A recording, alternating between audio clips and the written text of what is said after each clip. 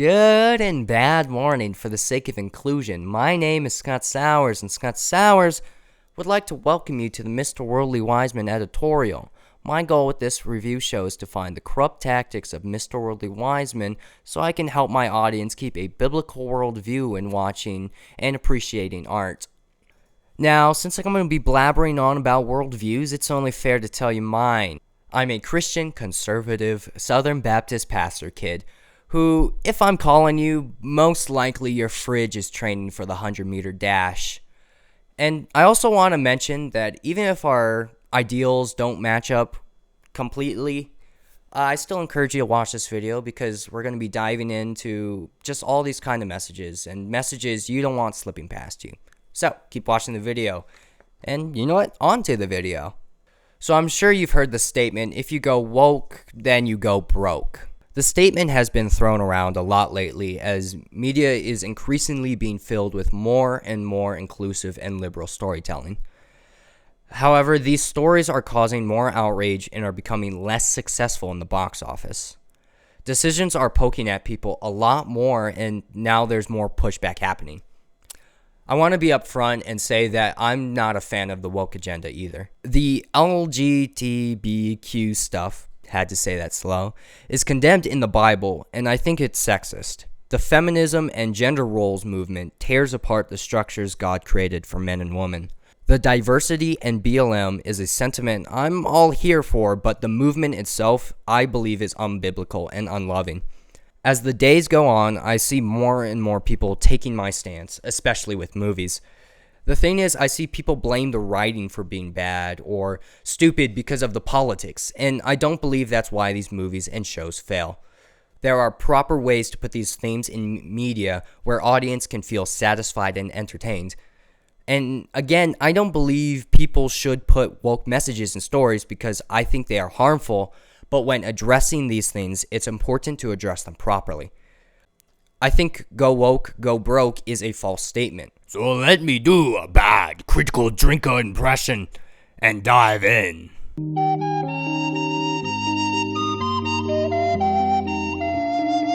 Wokeism can spearhead a project's fall, but really corporate media just does not seem to understand their audiences anymore.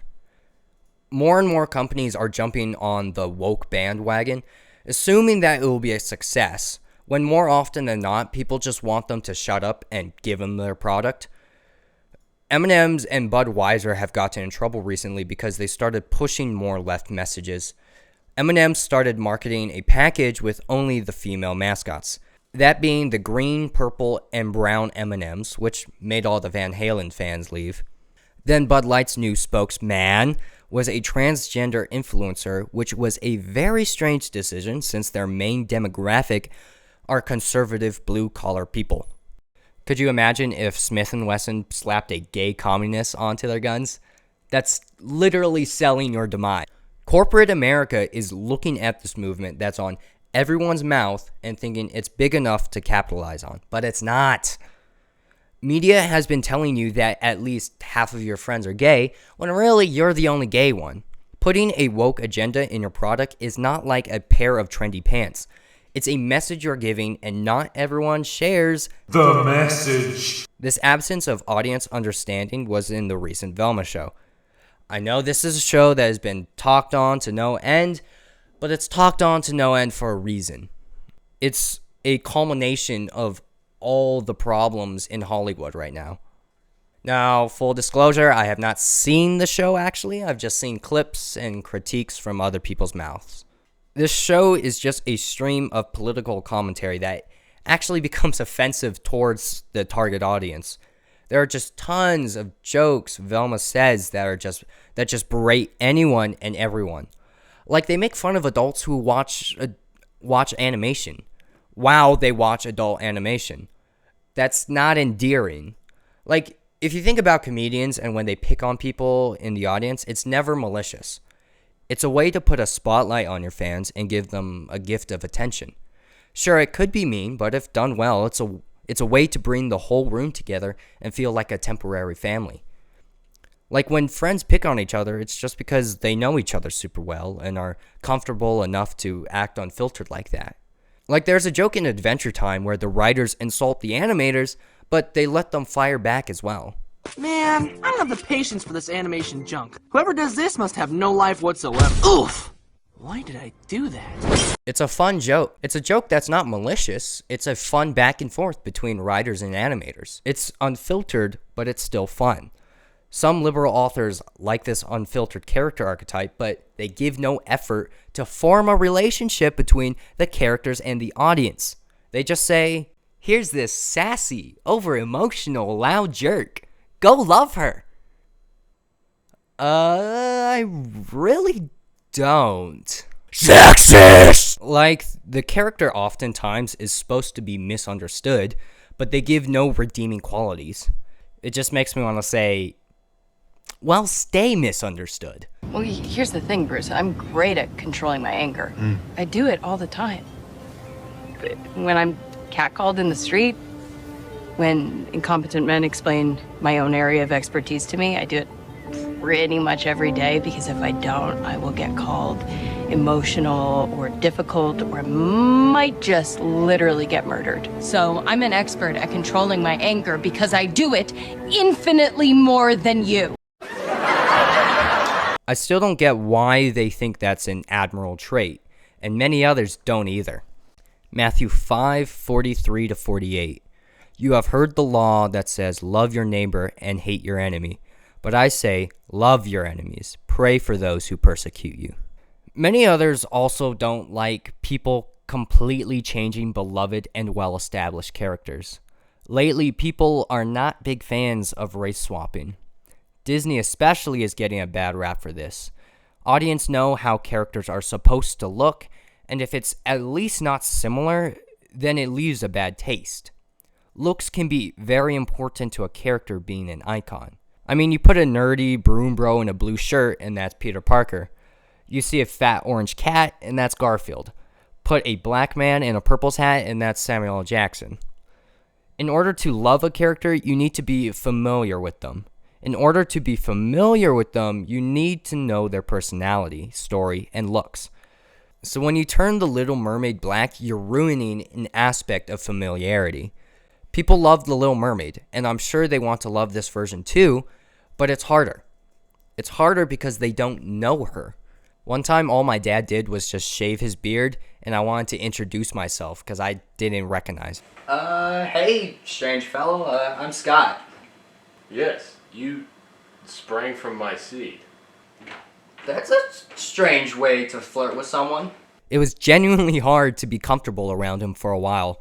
That's why I believe people go into an outrage when race bending happens. I don't think for the most part that it's a racism thing. Sure, I'm sure there are actual racists upset about the black actress, but fans are different. They have a desire for a character to look a certain way because that's what they were introduced to.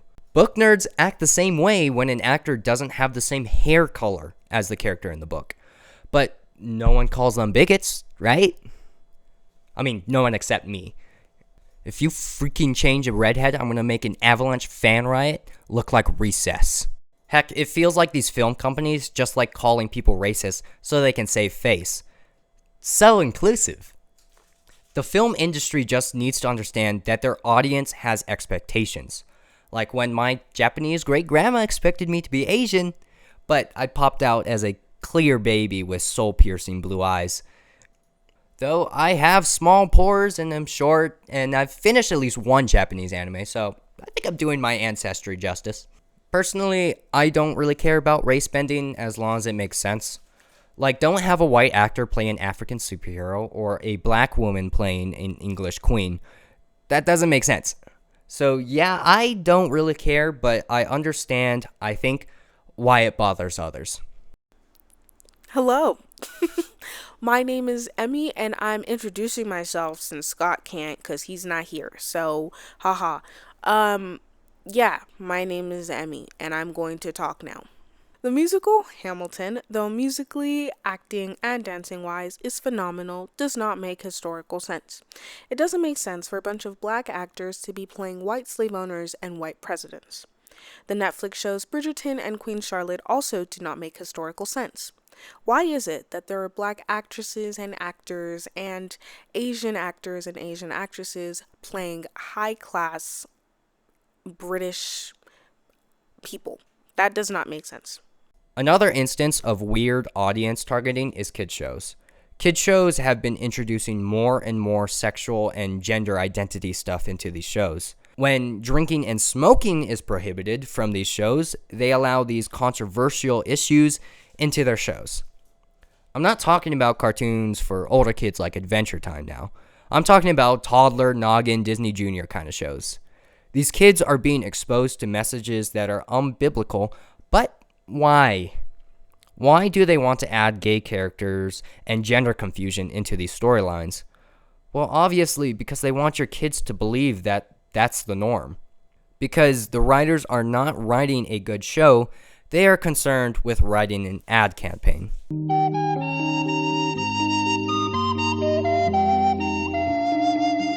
My name is Stanley.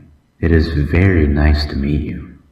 Consider me a friend, because I might consider you one too. I like having friends. How many friends do you have? That's great. Would you like to know a secret of mine? I can make friends appear out of thin air. What was that? You want to know how? Well, I can tell you, but you have to promise me that I am one of your friends first. Adding political statements in children's TV shows removes the innocence and good storytelling that most people have grown up with. It spreads an ideology instead of its main purpose, which is storytelling. Though politics, morals, and ideology are not mutually exclusive, the writer's perspective should not be forced, especially on children. It should focus on the main point, which is storytelling, and if things such as morals happen to find their way into these stories, that might be a good thing because they might be pushing a good moral. The biggest argument I hear with the Go Woke, Go Broke tag is that politics don't belong in stories, which I believe is completely false. There's tons of movies that involve politics that audience rave for. Let me take some low-hanging fruit and say that any story that criminalizes the Nazis is political commentary. The Boy in the Striped Pajamas and Jojo Rabbit are stories people eat up like week-old pizza, yet it's still pushing an agenda. Yes, not killing Jews is an agenda most people can get behind, but it's still an agenda. Like I said, low-hanging fruit. So how about Fight Club? All that is economic politics. Understanding the relationship between consumerism and fascism. Get Out is a critique on hidden racism, and that movie is beloved by many film fans. Knives Out gets into very controversial topics, but I'll look into that a little bit later. I'm sure there are tons of political stories that you or your friend enjoy if you really think about it. So what's the issue then? The problem is that writers that make these failed projects are more concerned with the agenda than keeping the story strong. Film and television has always pushed an agenda that was popular at whatever the time is or was. At the beginning of film and TV in the early 20th century, the idea that black people were less than human and thus played roles where they were less than human prevailed. It was the norm. Media was pushing an agenda. Now there seems to be a major shift in what the media's representation of minorities is. The media presents them as heroes, like they can do no wrong. Captain Marvel had several other problems, but a big one that lots of fans point out is that Captain Marvel is just played as this strong woman way too hard. It makes this wall of a character that no one can get beside.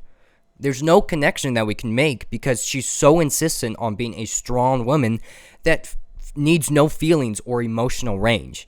That's some toxic masculinity that I have trouble condoning. 1 Peter 3:3-5. Don't be concerned about the outward beauty of fancy hairstyles, expensive jewelry, or beautiful clothes. You should clothe yourself instead with the beauty that comes from within, the unfading beauty of a gentle and quiet spirit, which is so precious to God. This is how the holy women of old made themselves beautiful. They put their trust in God and accepted the authority of their husbands. They tried going for that archetype to help you root for black slave sellers. The Woman King was a box office bomb, largely because of the revisionist history in it, glorifying an African tribe that sold people from other African tribes. But just because it's about a woman that is black in a position of power, well, we need to push that in any way possible to encourage the oppressed of our day. 100% agree. But here's the thing I'm going to add to that. Okay. It will just be a moment if people don't come see the movie. Hey, you heard? Okay? That's right. Because you're sending a very clear message to a machine called Hollywood. A machine called Hollywood is interested in green. It just is. It is what I do. So if you don't come see it, then you're sending a message that black women cannot lead the box office globally. That you are supporting that narrative. And if you want to normalize it, come see it the same way you would, the same way you would Black Panther, Spider-Man. Iron Man, Spider-Man, or any other movie that doesn't have any of us in it. Or one or two of us in it. So she does bring a good point about Black Panther, though. I hated how little of a black cast it had. Honestly, though, when I saw the trailer, it just did not look good. I mean, the woman is called the Woman King. It's not a low-budget ripoff of that Queen Elizabeth movie. It's a big-budget film that's obviously trying to say something. I don't have to indulge myself in movies that rewrite slave sellers telling me I'm the misogynist for existing. These stories would rather preach to me instead of giving a good or entertaining story to digest. It's given a negative association and stereotype with all filmmaking now. Like when Puss in Boots 2 came out, people praised it because it's a phenomenal movie. A rose amidst the desert. But a praise that I think is emphasized way too much is that Puss in Boots is a good movie because it doesn't have any wokeness in it. I think that's incredibly insulting. It's a good movie because it's written to be a good movie. It understands engaging character, fun plots, and their audience. A movie suitable for kids, but will be enjoyed most by adults. They did not need a political distraction. It was written strong and had no excess fat. They didn't have the need to go out of their way to make a political statement. Stranger Things has like 3 gay characters, but no one's really complaining because the rest of the story is far more engaging and it's not focused on the gay politics for very long. Even when it delved into Will's homosexuality, it was told through the emotion of the character. Am I condoning homosexuality? No, it's a sin according to the Bible, but I'm just pointing out the good writing. The absence of a preachy political statement does not make a good movie, but adding it makes a very distracting movie. These movies become terrible because they just want to shove their ideals into you without doing the hard work of giving a good story. Like the biggest criticism for Christian movies is that they are more like sermons than actual movies. Now, big budget movies are doing the same thing for their political ad campaigns. It's so funny nowadays because we have so many stories about our identity being more than our circumstances, yet we let our story's identity just be plain politics. And by the way, the women are always saving the men around here. You might want to think about changing the name to ex-women. There are proper ways to bring politics into writing, though, regardless of position, that can be engaging.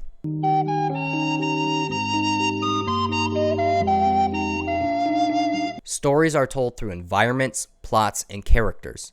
All the messages and growth shown is shown best when it comes from the characters and plot's point of view. Like I said before, politics can be addressed, but it can't come from the writer's perspective, or else it will feel forced. The characters need to logically feel through the ideals and experience it firsthand. If the audience becomes connected to the characters, then they will be more inclined to hear them out and feel sympathetic. I said I would return to Knives Out, and here it is. I loved the way Knives Out used immigration not as a means to preach, but to give leverage to the bad guys. The bad guys were blackmailing such a sweet and nice girl by threatening to deport her mother. It's obviously a statement being made, sure, but not a statement saying, hey, go believe what I say or die. No, it's adding to the conversation on immigration laws and visually showing a point and risk. This is way more effective because we like the main character. We don't want to see her be treated unfairly. This will possibly pull the audience towards the leniency of immigration laws. Same thing with Fight Club. We sympathize with Edward Norton's character and see how consumerism has consumed his degrading mind. Always needing the fancy new thing so you're ready to buy the next new fancy new thing. Which helps us get into Brad Pitt's character, who is super confident and helps Norton out of his depression. We give a listening ear to his nearly animalistic masculinity, which ultimately ends up in a fascist hand. The film again adds to the conversation by showing two different stances, yet blurs the lines between the two by showing, not telling. Everything, Everywhere, All at Once really flexed that muscle as well, trying to tell you the bright side to a nihilistic worldview through a surreal and zany comedy. They had one of the most heartfelt scenes in the whole movie just be two rocks talking to each other. Now, I hate this movie because of its totally depraved message, but I have to admit that they went all out to communicate that message to the audience. Politics have a place in stories. The only reason people think wokeness is ruining movies is because we have a lot of bad movies. In case I'm confusing some of you, I'm not saying you're not allowed to be upset with the woke agenda in the media. Proverbs 13:20, walk with the wise and become wise, associate with fools and get in trouble. I think it's very harmful to be shown as well, but I can't say that politics have no place in art, or it immediately makes it bad art. Art is an expression from the writer, and with that comes bad ways to express and good ways. The media makes them seem like they can do no wrong and thus deserve all the roles. This seems like a pushback or a rewriting of what was the norm decades ago. As Christians, we must be diligent, adhering to what the Bible says, not what the media says, even if it fits our worldview, whether it be left or right. The Bible is not against art. How could it? Our God is a creator, the best, in fact. And he created all of us in our own unique ways, and in our own cultures, we point back to him. He delights in us, and we should see people as individuals from different cultures and different backgrounds. We should seek to display them rightly. My point for this video is to show that when Christians say go woke, go broke, it's not very useful to the conversation. If you go woke, then that doesn't immediately mean you're going to go broke. If you go woke, that doesn't mean you'll instantly hit success either. It's more complicated than that because it's writing. Writing's complicated. Writing needs several factors working like a well-oiled machine to be successful. Politics can be one of them, but let me say that again. One of them. Calling out the woke agenda and saying it ruins everything it touches is just the easiest way to criticize a movie now. When in reality, what's happening is the writers are so focused on writing politics instead of writing the rest of the story. People use the statement as leverage so people would quit waving gay flags, but it's just crappy leverage because it's not true. It's more complicated than that. The way we will reach the woke defenders is through the truth. Politics can be avoided in media, sure, but worldview cannot. Disney may be waving pride flags just now, but they've been supporting that message back when they released Cinderella. They are famous for their follow your heart messages, and that's exactly what the LGBTQ community fully follows. If you're just realizing this now, then you and your kids are in trouble. As Christians, we need to always be on our toes. Just because a film doesn't have two men kissing doesn't give us the right to shut our brains off and accept the film as it is. We need to be able to sift through the lies even when the lies are very subtle and very apparent. That's the whole reason I made this channel. I wanted to help the Christian community address these unbiblical messages in art like wokeness, but address them with truth, not go woke, go broke statements. Art is beauty, and beauty has been given to us by God. Exodus 35:30-35. Then Moses told the people of Israel, the Lord has specifically chosen Bezalel, son of Uri, grandson of Hur, of the tribe of Judah. The Lord has filled Bezalel with the Spirit of God, giving him great wisdom, ability, and expertise in all kinds of crafts. He is a master craftsman, expert in working with gold, silver, and bronze. He is skilled in engraving and mounting gemstones and in carving wood. He is a master at every craft. And the Lord has given both him and Oholiab, son of Ahisamach of the tribe of Dan, the ability to teach their skills to others. The Lord has given them special skills as engravers, designers, embroiders in purple, blue, and scarlet thread on fine linen cloth, and weavers. They excel as craftsmen and as designers. If you go further into that chapter, you see the extensive detail God directed for the temple. Most people want to skip this part, but please read the rest. All you see is God's love for beauty and art. It requires skill, and skill given by God. Instead of rewriting history or creating remakes, make good movies and good TV shows. Make media that incorporates minorities in their own stories that make sense. Give them a space in the bubble of film and TV. It honestly screams the sort of hidden racism that says we are too lazy to do our own research in order to give you your own unique and original story. We want to just recycle and just have you play roles that have already been created instead of learning about you and your history and your present and how you point rightly back to the Lord. Instead of displaying and celebrating our differences rightfully, we are seeking cheap ways to embrace inclusivity. Beauty is something we should enjoy, but not let us pollute us. If you're sick of the pollution too, go make something of your own to glorify the kingdom. God made humans to be creators. So go create something beautiful to combat all this sin. Go create with the truth our Lord and Savior has given us. So, what do you guys think of the new set? We're going to be trying some different stuff. Kevin is doing the audio. We wanted to do we just wanted to experiment a little stuff with that. I'm doing the words. But thank you for sticking around. You guys are the best. Now, if you could, though, like, subscribe if you haven't, share this video, please. We want to get this message out. We want to get the message out. And, yeah, we just want to make a great community.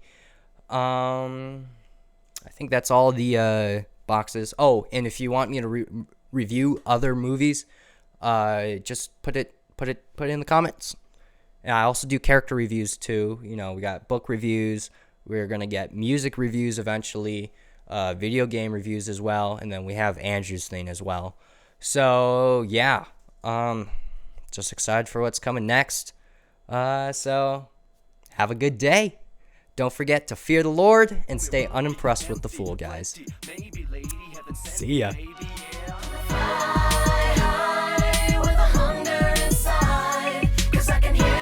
I feel like that was pretty bad. You're gonna have to do a lot better. Nah, it was so good. I had to stop eating my cucumbers. Oh my gosh!